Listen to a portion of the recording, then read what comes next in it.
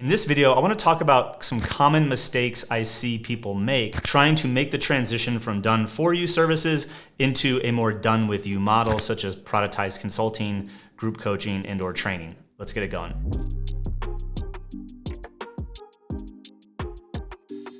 Welcome back, guys. Greg here with Alt Agency at altagency.com, and I want to talk about making the transition from done for you into done with you.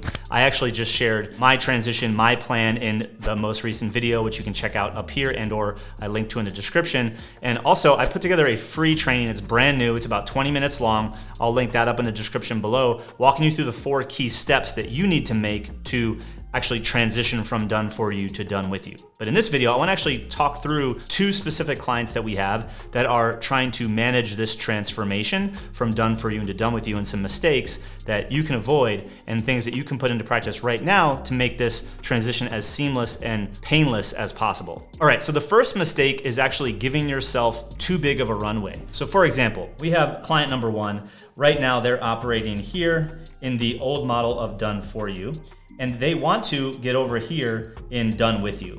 Now, in this example, they had planned for this to be a 3-year transition, as you can see down here on the bottom. The reason that they wanted it to be 3 years is because they currently have a book of business, like many of you might have, and they sort of rely on that book of business to cover their bills and all of that right now, and their current overhead, which I believe was an overhead of 10. Now, in order to make this transition, a part of their plan was to flex up the amount of done for you work, requiring them to have to increase their headcount to 20 plus.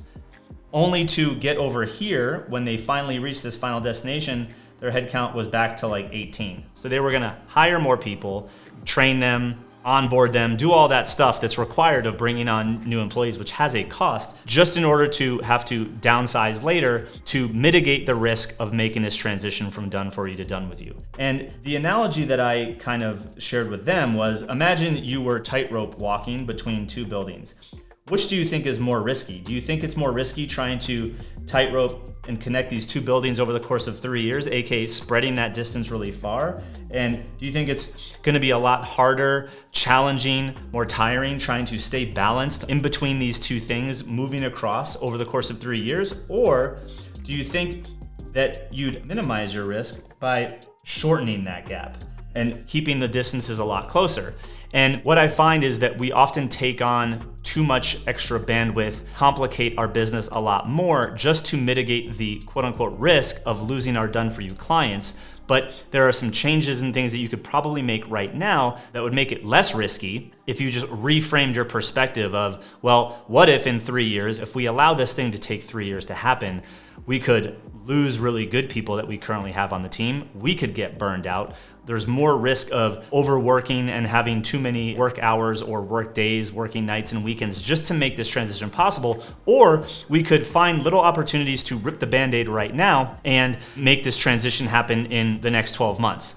And when I talked through with our client a couple ways that they could do that in their business for their unique situation, they saw some opportunities where they can shorten that deadline and not go through all of the extra hassle of hiring more people only to have to let them go later, and going through all of the extra hours and bandwidth crunch that they are already in to try to find time to onboard and train all these new people only to not really need them in the future business. So that's a big mistake, is extending the deadline because you think it's going to be less risky, when I would challenge you that it could be probably more risky. So the key takeaway here is I want you to start operating your business like the CEO of what the new business looks like. Ask yourself, what would the CEO of this done with you business do? Like, how would they make decisions? Would they say yes to taking on this client in this current state, or would they try to focus on future opportunities like the owner of a done with you business would make? And if you start reframing it like that and make decisions like the future owner that you want to be of the future business that you want to have, you're gonna naturally shorten that gap in getting there.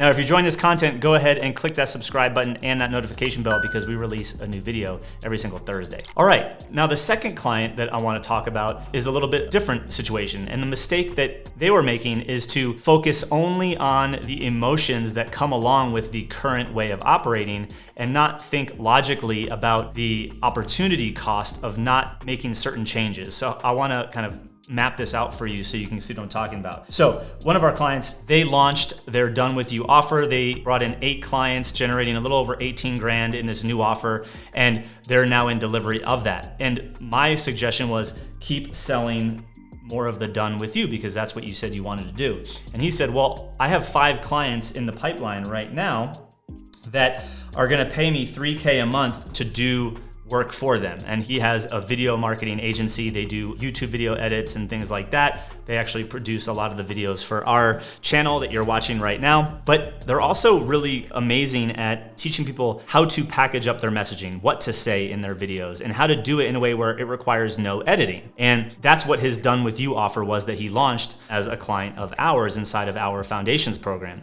So within 90 days, he came in, simplified his offering, and is now teaching people how to better convey their message in social media using short form video on like Instagram Reels, YouTube Shorts, TikTok, etc. Had some really great early success. Like I said, 8 clients in, a little over 18K generated. But now, while he's delivering that, which by the way, to serve those 8 people is taking about 2 90-minute calls a week at the moment, he's considering taking on 5 more Done For You clients.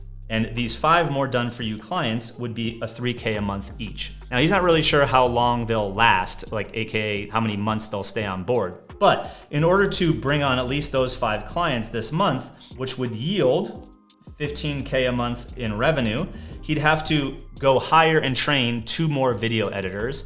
And he already doesn't have that much bandwidth. By having to go find those people, train them, he's reducing his bandwidth, and it also is gonna take at least 7.5 hours for all of his onboarding calls with those new clients because he's still the lead strategist. And to him, that seems like an easy sell because everyone wants Done For You. But what I shared with him, I was like, hey, look, let me ask you this. In 6 months from now, if you were hitting your revenue goals and you weren't doing any editing at all, and you were doing what your zone of genius is, teaching people how to show up, how to message about what they do and how they can help into the marketplace using short form video, would you be happy? And he goes, yeah, I'd be super ecstatic. I said, okay, well then why are we still trying to sell Done For You? We've validated that people will pay you for the Done With You offer. And why are we gonna take on more work doing the type of work that we don't wanna be doing 6 months from now? When we can easily flip the script and say, okay, instead of getting 5 clients at Done For You, he could go and get 7.5 clients, 8 clients at his 2K beta price, equaling the same 15 grand a month, and it won't require any additional bandwidth for him and or any more hours inside of fulfillment. So just 2.5 to 3 more clients at a slightly different price point in a different delivery format of Done With You, he gets the same result without jeopardizing his bandwidth and or adding more hours to his current fulfillment workload, because the Done With You is currently a group model where he's structured at 2 calls a week, helping do critiques that are each, I think, 90 minutes tops.